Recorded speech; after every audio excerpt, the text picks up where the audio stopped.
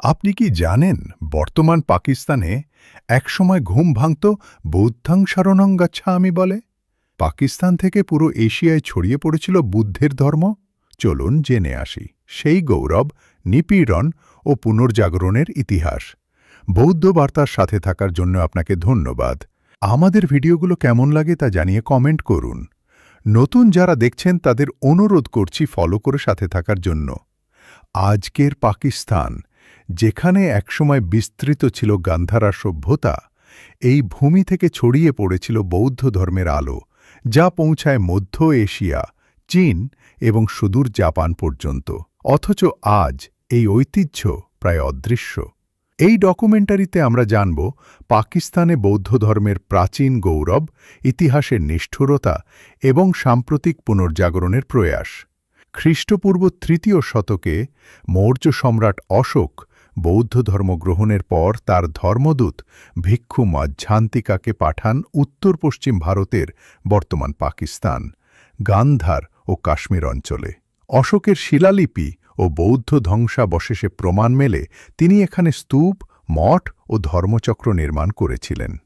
খ্রিস্টপূর্ব ২য় শতকে ইন্দো গ্রিক রাজা মেনান্দার মিলিন্দ বৌদ্ধ ধর্ম গ্রহণ করেন। তার সঙ্গে নাগসেন থেরর সংলাপ থেকে রচিত হয় মিলিন্দপানা, যা বুদ্ধবচনের দার্শনিক বিশ্লেষণে এক ঐতিহাসিক দলিল। তক্ষশিলা, পুষ্কলাবতী, সার্তুপত্যকা এবং গান্ধারা অঞ্চল বৌদ্ধ ধর্মচর্চা ও শিক্ষার আন্তর্জাতিক কেন্দ্র হয়ে ওঠে। গান্ধারায় ভারতীয় ধর্মীয় ভাবধারা ও গ্রিক অলঙ্করণ কৌশলের মিশ্রণে জন্ম নেয় গ্রিক ও বুদ্ধিস্ট আর্ট। এই শিল্পধারায় বুদ্ধদেব প্রথমবার মানবরূপে মূর্তিরূপে প্রতিফলিত হন, যা পূর্বে শুধু প্রতীকীভাবে চক্র, পদচিহ্ন, বৃক্ষ উপস্থাপিত হতো। এই শিল্পধারা পরবর্তীতে আফগানিস্তান, মধ্য এশিয়া এমনকি চীনের দূরবর্তী প্রদেশেও বিস্তার লাভ করে। খ্রিস্টীয় ৬ষ্ঠ শতকে মধ্য এশিয়া থেকে আগত হুন জাতি আক্রমণ চালায় গান্ধার অঞ্চলে। চীনা পর্যটক শুয়ানজাং তার ভ্রমণ বৃত্তান্তে উল্লেখ করেন কিভাবে হুনদের আক্রমণে তক্ষশিলা, পুষ্কলাবতী ও সাতের শত শত মঠ ধ্বংসপ্রাপ্ত হয়। তিনি লিখেন কিভাবে শত শত বৌদ্ধ ভিক্ষুরা বিতাড়িত হন, অনেকেই হত্যার শিকার হন। পরবর্তীকালে ইসলামী শাসনের প্রভাবে ৮ম থেকে ত্রয়োদশ শতাব্দী অঞ্চলটিতে ধীরে ধীরে বৌদ্ধ ধর্ম বিলুপ্ত হয়ে যায়। তবে প্রত্নতত্ত্ব, শিলালিপি ও ভগ্নাবশেষে আজও সেই ঐতিহ্যের ছাপ রয়ে গেছে।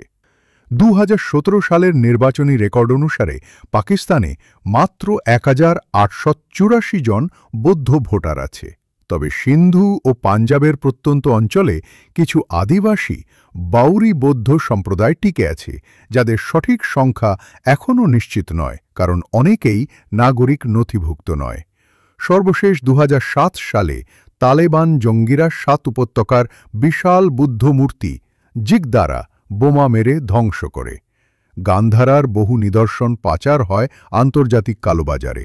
এভাবে পাকিস্তান থেকে হারিয়ে গেল এক সময়ের বৃহত্তম ধর্ম, বৌদ্ধ ধর্ম। তবে বর্তমানে ইউনেস্কো, ইতালি ও দক্ষিণ কোরিয়ার প্রত্নতত্ত্ববিদদের সহায়তায় কিছু প্রত্নস্মারক সংরক্ষণের কাজ চলছে। ২০১৯ সালে ইতালি ও পাকিস্তানের যৌথ প্রকল্পে অনেক প্রাচীন বৌদ্ধ মূর্তি ও দেয়ালচিত্র উদ্ধার ও পুনর্গঠন করা হয়। সাম্প্রতিক বছরগুলোতে পাকিস্তান সরকার বৌদ্ধ সার্কিট পর্যটন উন্নয়নে কাজ করছে। তক্ষশিলা, সোয়াত ও টখতি ভাই প্রতি বছর দক্ষিণ কোরিয়া, শ্রীলঙ্কা, জাপানসহ বিভিন্ন দেশ থেকে বৌদ্ধ তীর্থযাত্রীরা আসছেন। পাকিস্তানের প্রত্নতত্ত্ব অধিদপ্তর ইউনেস্কোর সঙ্গে মিলে গান্ধার শিল্প ও স্থাপত্যকে বিশ্ব ঐতিহ্য ঘোষণার পরিকল্পনা করছে। পাকিস্তানে বৌদ্ধ ধর্ম হয়তো আজ সংখ্যালঘু, কিন্তু তার ঐতিহাসিক ও সাংস্কৃতিক ভিত্তি আজও জীবন্ত। গান্ধার আর ধ্বংসস্তূপের মধ্যেও জেগে আছে বুদ্ধের শান্তির আহ্বান। প্রশ্ন হল, এই ঐতিহ্য কি আবার জেগে উঠবে? আমরা কি বুদ্ধের করুণার আলো আবার এই ভূমিতে জ্বলতে দেখব? আপনিও পারেন ইতিহাসের এই সেতু বন্ধনে অংশ নিতে। ফলো করুন বৌদ্ধবার্তার ফেসবুক পেজ ও সাবস্ক্রাইব করুন বৌদ্ধবার্তা চ্যানেল। শেয়ার করুন ইতিহাস, শান্তি ও সাহসের এই গল্প।